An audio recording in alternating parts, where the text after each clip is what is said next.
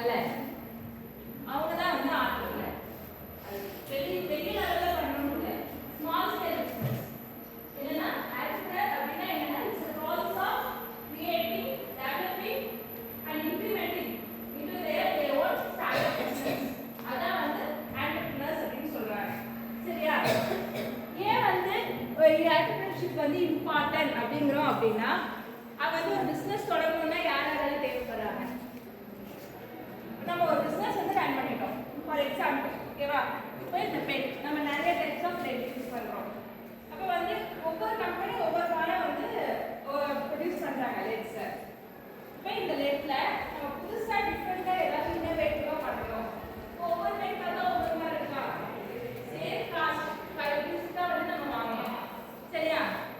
ஆனா நாமளே சொல்ற எது வந்து நல்லா இருக்கும்?